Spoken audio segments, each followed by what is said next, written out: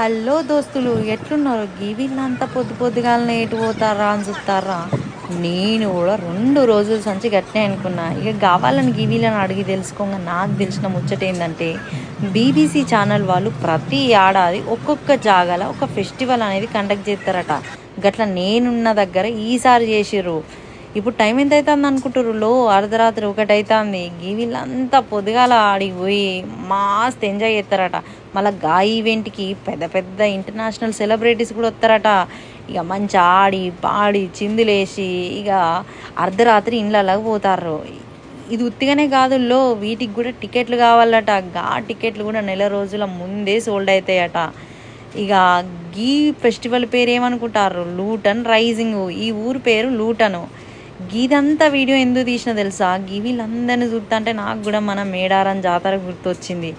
వీళ్ళంతా పోతూనే ఉన్నారు, పొట్టు పొట్టు